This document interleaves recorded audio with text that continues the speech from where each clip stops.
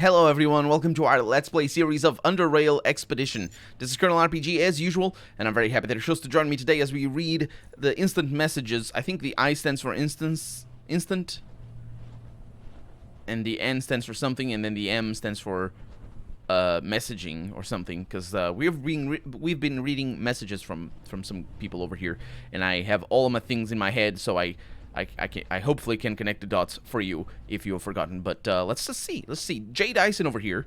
S. Parkinson is the owner of this computer. John, I would like to speak to you. Contact me once you have time. This might be the boss.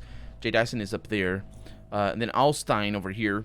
F. Alstein. Dr. Parkinson, there is something I wish to discuss with you. I am here, Dr. Alstein, says Parkinson. And Alstein says, very good. I suppose you might not be aware of this, but I have been keeping a close eye on cymorphs you have been working on. Fascinating creatures, truly. I sometimes even feel envious myself of how fascinating they are, I suppose. Moreover, it was brought to my attention that you are planning to release the specimens into Dr. Helting's fungal forest, which clearly means that you have a comfortable number of units. This is the reason why I am contacting you. I would like for you to give me several specimen for my mutagen experiments. Parkinson replies, that won't be an issue, Dr. Alstein. You are correct. Since the recent genetic engineering and environmental side tuning, we have managed to speed up the larval phase adaptation period and have therefore managed to significantly increase our breeding rate. I think what they're referring to are the side beetles.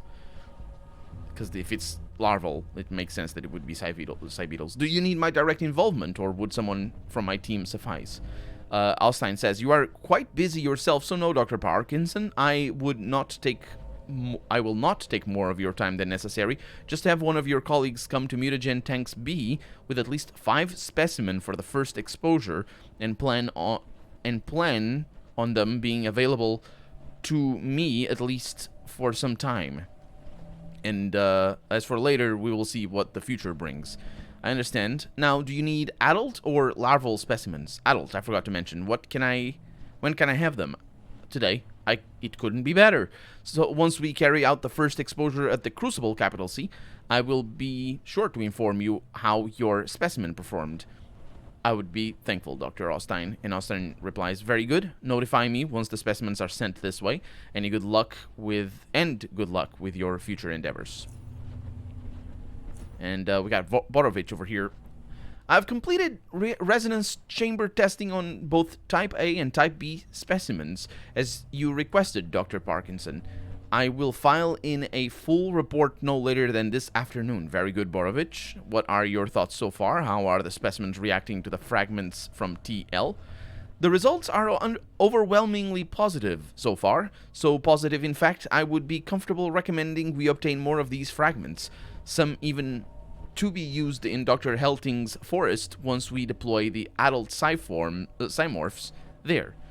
I am intrigued. Personally, I do not expect such a response. I will read your report once it is done, and if it would benefit us to use more of these fragments, then we will send unarmed expedition to obtain some more. Excuse me for asking, as the information might have slipped by me, but where are these monoliths located? Far to the south, past the lake. The area was safe during the original expedition, but I'll see if I can speak to Colonel Salik. Maybe he will lend us a few AF soldiers to set up a more permanent camp there. How the things are going, everyone? What? How the things are going, says Borovich. Everyone will soon want a piece of that monolith. Yeah, not the things. How things are going. Right. Send me a report once it's done. Absolutely. And then we have Wabi over here, potentially the most interesting character. Manu, are you there? Asks Wabi.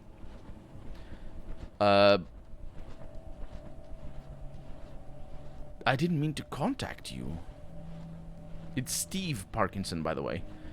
And Wabi here. No problem, by the way. How are you feeling? Dyson told me you've taken a few days off. And Wabi says, these last few days have been incredibly stressful. I've been working nearly non-stop during the last month, and it finally got to me. The most important things are done, so I'll rest for a few days, and then I'll be back to work. It's nothing to worry about.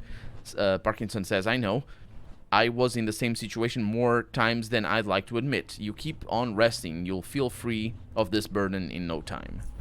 Aw, that's a very mild conversation there. I was hoping to get a little bit more info on what happened. We got another room right away. That's not good. I hate you.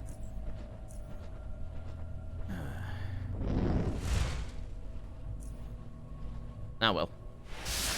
No shields, no stealth. We're not gonna need it, which is fine. Hello. We don't use them anyway, so it's like, who am I even kidding? Oh, freaking hell, you charge it now. You piece of crap. Off it goes. This one doesn't. Okay, kill it. And then kill you, hopefully. Cannot. Nope, actually can. Lucky me. Okay. These things don't have anything for me, I don't think. Got a desk over here. Are we in need of regeneration? Because, of course, our armor is gone. And we are indeed in need of regeneration. That's good enough. Wardrobe. Toilets. Nothing here. And we got a monitor. This is from Basilica.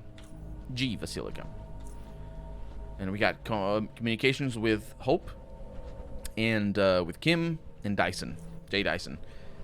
Basilica writes, "Hey, I heard he came over to TL. Who? Anton Matveev. What did he want? He was interested in the Psi monolith fragments we cut off several days ago, and in Project EOS. Oh, it's you. I thought it was Wasi," says Dyson. This is apparently what Dyson was talking. Yeah. It's weird because he didn't know who he was talking to. Either way, I thought it was Wasi and wondered why he would start with "Hey, hey." Man, I need rest. Yeah, because it was a "hey, hey." Basilica says he stopped by our lab too, Anton. I mean, not Wasi. I got that. The Apex technocrats have been paying us frequent visits during these few days. Parkinson said Kirill came to him the other day. Anton before that. What did he want from you? Yeah, I heard Kirill also called a few seemingly important meetings with Ostein over at the Mutagen tanks. As for us, Anton dropped by our lab for 10 minutes, frigid as a corpse as usual, interrogated a few of my scientists about our current projects, and walked off. Never talked to me. Frigid as a corpse is a really, really tricky idiom. Because frigid does mean cold, but it's very rarely, it's a very, very formal way of saying cold in English. You just say cold as a corpse, not frigid. If you want to say it, it says it cold as a corpse. The thing is, frigid does mean cold in other languages, and in a lot less formal way. It's just that in English, it's very, very formal from my understanding. Either way, Dyson writes, "You should watch your writing, man." That's immediately with a typo over there. That's the tail. That's on purpose. That's gotta be on purpose. This mistake here, like the other mistakes, like the wrong gets, do happen in this game. Like the missing and the wrong hyphens, those happen in this game. It's a mistake from the writer, not from the characters. But this doesn't happen. This is on purpose. He is being purposely portrayed as being a douchebag who corrects other people, but also makes mistakes left and right. Anyway, but he's not the only one who's a douchebag. I mean, although to be fair, either way, the point is he's not the other one. This guy over here is a douchebag as well, but in regards to correcting people's writing, I should know because I'm a douchebag who corrects people writing. Anyway, Basilica writes, "Nothing will happen. You think SAI reports to anyone anymore? Do you really think anyone still cares what happens around Hollow Earth?"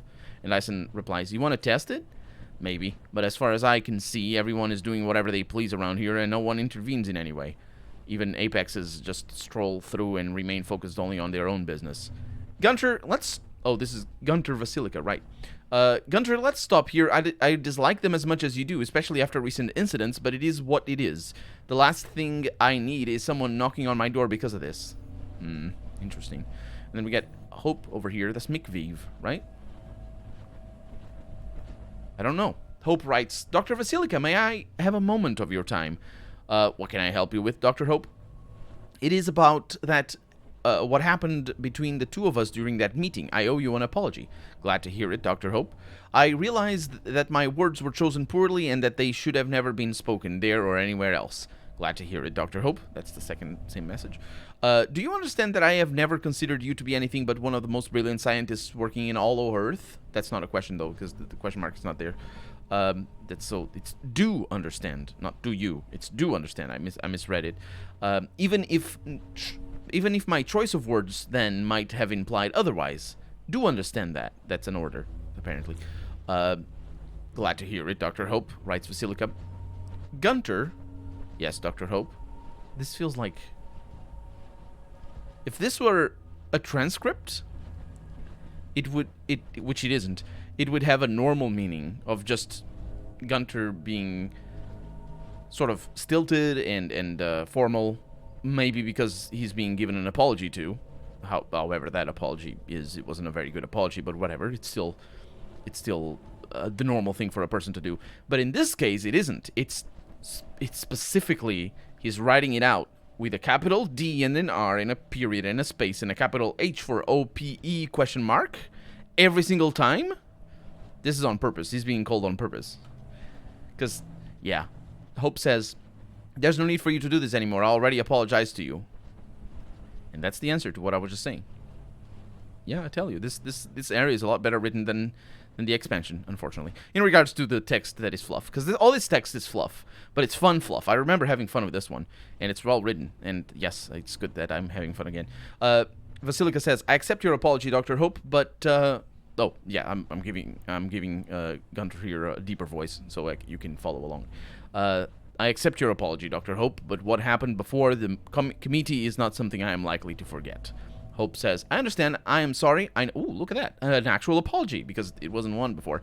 I know your team has been having issues that were out of your control, and that my remarks were the last thing you needed, besides being overstatements. It shouldn't have happened. What would that be all, Dr. Hope? Asks Basilica. And that would be all, Dr. Basilica, says Dr. Hope. I heard Dr. Kim, writes Dr. Hope, was giving you trouble today, Dr. Basilica. And Basilica writes, we had a discussion on one of my reports. That's all there is to it. Is he giving you too much trouble, perhaps? I don't need any favors, Dr. Hope. No, this has nothing to do with favors. It's just that due to the current situation, Dr. Kim should perhaps move his attention to some other projects that require more of it. It is certainly within my power to influence the committee when it comes to these things. I simply thought I'd let you know. Hiccups. I'm sorry, I'm having hiccups here. I simply thought I'd let you know, writes Dr. Hope, I would eliminate the necessity, or it would eliminate the necessity for you to submit any more reports to him, correct? Correct. If that is how you feel about it, then I am in no position to object. Very well, Dr. Basilica. I wish you a pleasant day. Oh, and one more thing. Has Dr. Slavkovic contacted you, perhaps? I don't believe he did. Is there a reason to? Never mind. See you around. Slavkovic. I don't know who that is. I don't think we've seen messages from them. Either way, we got Kim over here. Your recent report, writes Kim, on correlation between engineering STK, protein, and maximum lifespan of TKS1 and TKS2 subjects is rather fascinating, Dr. Basilica. I have to admit it seems like your team has finally provided us with something worth our time. However, I am worried about your conclusions regarding the engineering and application in human subjects. Namely, several of the proposed methods I feel are rather inadequate and poorly reasoned, I should say. Could you come over to my office so that we could discuss the matter? I'm free today around 3 to 5 and tomorrow at the same time. Basilica writes, I will come over today. Can you please tell me which methods are in question here? We will talk at my office. And then a message from Dyson. How did it go? Asks Dyson. It started bad, but it got better later. What do you mean it got better later? I'll come over and tell you about it. Kim. H. Kim. Yeah, I don't know who that is. Yeah, we have some info on things, but not a tremendous amount. There's a lot of traps in here. Wow, these spiders. Well, I had to step on that one. I mean, I didn't have to, but I did step on that one, so sue me. Why did I do that? Because well, I know why I did it. I figured there wasn't a trap there because it looked like there was one. But let's find out. We have a locker over here, a lot of cave-ins. That's something over there that I haven't seen before. No, it's just boxing gloves. A pair of boxing gloves. That's fine. People were fans of boxing in here. Who is even a fan of boxing anymore? It used to be like a big sport. Super soldier drug. It's a blueprint that we have over here. It used to be like a big sport back in the 20s and 30s, but just it's overrepresented in video games because you need to punch people, and so it's a sport related to the fighting that you do. Either way, what am I doing? Pressing G, that's what I'm doing. Super soldier drug. Very original name. According to this blueprint, you can create, you can create some sort of quote, super soldier drug, unquote, by combining the right amounts of muscarine, adrenaline, because you wanna, with an Oxford comma like that. Considering the nature of these substances, this could be dangerous. Ellipses. Could it? Muscarine, adrenaline, kinuremic, and purgiswork, and all the things. If it's dangerous, well, we'll just reload one tweet. That's just how we do. That's how we did the other time. It'd be funny if it were exactly the same drug and just gave me bad things over time. Remember that drug that we were given when we were in Core City? Yeah, those were the days when we died. We got an elevator over here. I called for it, but I don't know its name. And can I open the other one? Yes, I can, but nothing happens either. Okay, so we've been everywhere. That's the way down. But this is a linear area, and I do remember it being a linear area.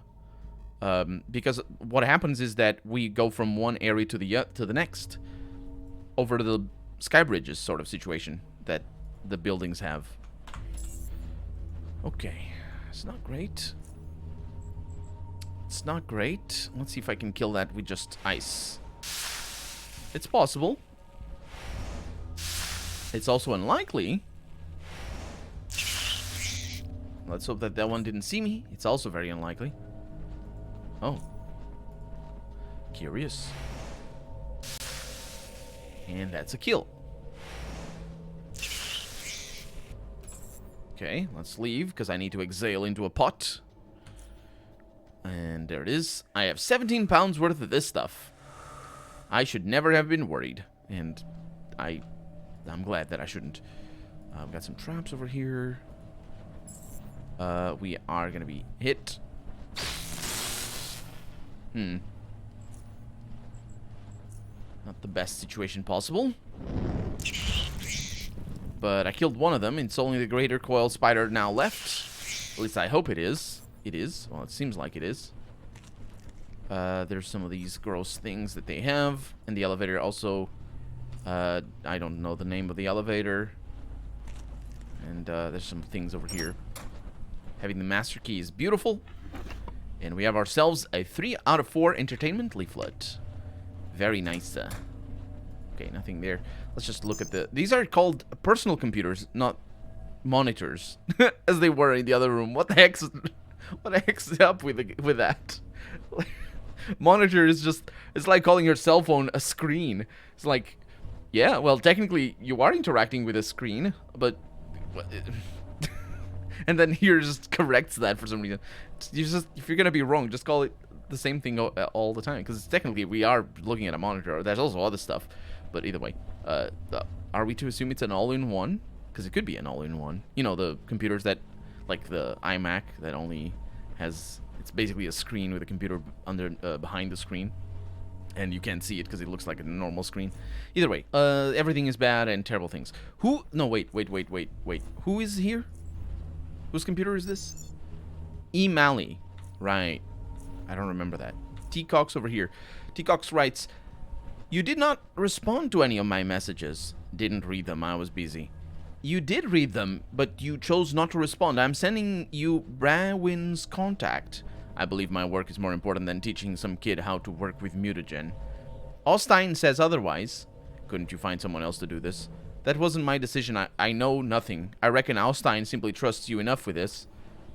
I have a lot of work, Cox. Austin wants me to complete sequences for the next batch of compounds for his subjects, and they are becoming restless. I believe Dr. Austin is aware of that, of all that you're telling me now, and that is why you need an extra pair of hands. Browin might be young and inexperienced, but I'm sure you'll fill him in quickly. All right. Send me his contact. And then M. Hope here. Dr. Malley, do you have a moment? For you always, Dr. Hope. I talked to Dr. Cox about Michael Browin, the young geneticist you were supposed to train. I was told that Cox sent you his contact, yet you never contacted him. Why is that? Why is that so?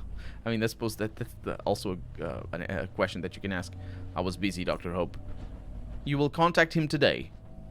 But Dr. Austin tasked me with a few rather time-consuming experiments. Can someone else take over Browin for me? Dr. Austin and I already discussed this. He judges you have enough time to train Browin and finish your experiments before the deadline. I understand. And then Browin over here writes, I'm really sorry for disturbing you, Dr. Malley, but I have been having some trouble understanding some of the things we talked about today. You are not disturbing me. Tell me what you are having trouble with. Well, so far I have worked only within the realm of classic genetics, and perhaps due to it I am stuck in a particular way of thinking, but I have been having trouble wrapping my head around mutagen compound sequencing, at least some specific things regarding it. Some of it, and I have been reading other things. So by theory and practice are different. I am sorry to be bothering you with the basics, but the basics, no, okay, whatever. We will go through basic terms again, but let us keep it focused and concise. You will, oh, this is Malley talking? Yes. We'll go through the basics. You will then have it in written form so that you may reference it whenever you need to do so. For everything broader, see the literature I recommended you. So, from the top, mutagen, what is it? A general term expressing a substance that directly acts upon any organism's genome, changing or mutating the organism dynamically, effectively transforming its genome, or actually its genotype as well as its phenotype, both endo and exotypes, in vivo, which means while it's alive, contrary to classical genetic engineering, which is basically what we heard of Tchort. So are we to think that Tchort is the result of a genetic experiment here by these people? I think that's what the case is. Malley says that is correct. You can stop typing. Also copy pasting, because this feels like you copied it from Wikipedia or something. Let's keep this shorter. We don't need the full description here. I understand. Okay, so a mutagen changes an organism dynamically. What is a mutagen atom? A mutagen atom is the most basic unit of a mutagen. A mutagen atom can be positive or negative, and they are inert on their own, only being effective as a part of either a reagent or a mutagen compound. Now, what are you having trouble with? Well, what is the difference between the two? I remember that reagents can consist of two positive and negative atoms, while compounds only from positive. Wow, why? Oh my god. We need to know this stuff, I think. So,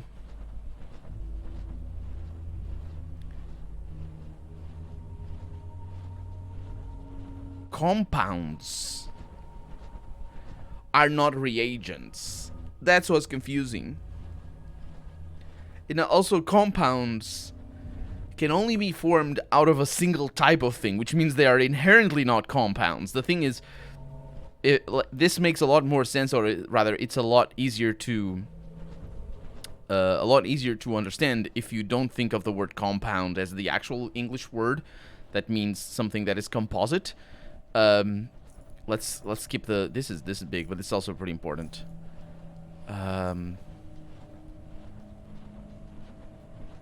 So you have the reagent or the mutagen.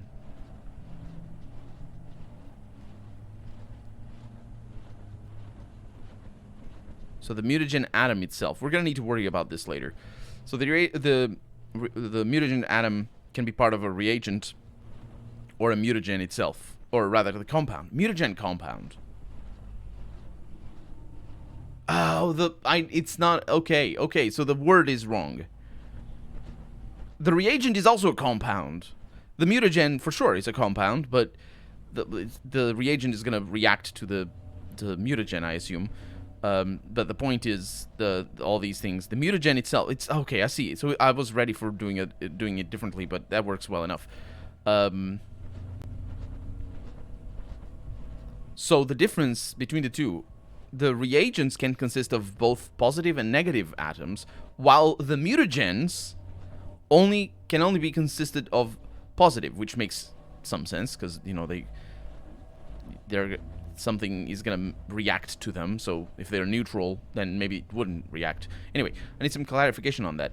And Mally writes, I see what you mean. I'll go into details regarding functions, the functions of specific atoms, positive or negative, their structure and all that. Obvious reasons for that, you best study Fraisard's works. Nozick's more recent phenotype dynamic will also be a very good read. I forgot to include that that one earlier. Okay, regarding reagents and mutagens. Wow, that throws me for a loop. Regarding reagents and mutagens, structurally, capital S, reagents and mutagens are pretty much the same. In both of them, atoms are connected to one another in a linear sequence. The main difference being that reagents consist of both negative and positive atoms, while mutagens do not. On their own, reagents are not of much use. They only serve to simplify the mutagen.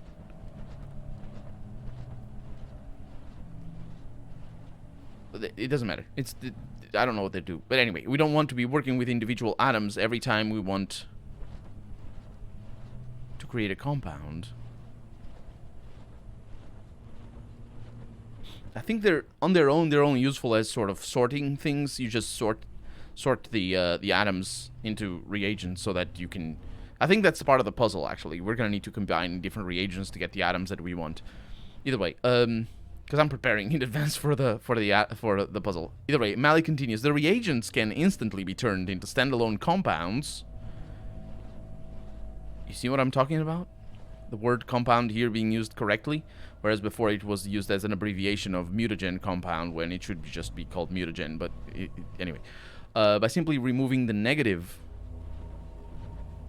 atoms from the sequence. No, this is also being used as mutagen. Okay, the reagents, which are compounds, because they're composed of different things, can be turned into mutagens by removing the negative atoms. Apparently, you can do that. So mutagens, as should be clear by now, are only composed of positive atoms, same linear structure. And Brown writes, I have had some issues when I tried coming up with sequences for more complex mutagens. Maybe I'm just missing something. And Mally says, okay, for specific mutagens, we'll discuss later. In general, keep this in mind. Mutagen compounds can only consist of unique positive atoms.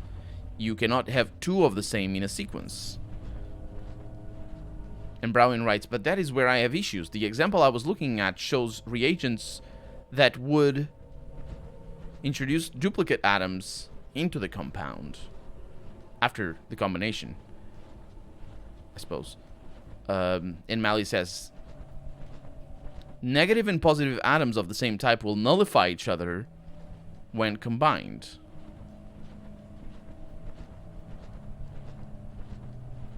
Okay, that's important. Just put that to the back of our minds, really. And Brown says, I know that, but I still get duplicates even after the rest has been nullified.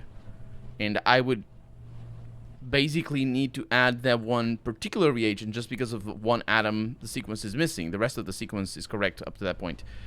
You can only have unique positive atoms in the sequence. If a reagent contains an atom that is already present... Okay, because we're talking about combining the reagent with the mutagen here. I think that's the implication here. If the reagent contains an atom that is already present, the combinator will simply not accept it and will only add those atoms that are not in the sequence. Okay, so that was the clarification there. There's a lot of trouble to get to this thing. Yeah, basically, if you try to add something that is already there, it just throws it away. Technically speaking, you can add the same reagent again if you need it for that one atom. Say you nullified it because of other things, and so it's easier. Okay, that's pretty cool. And don't worry about double positives, because, yeah.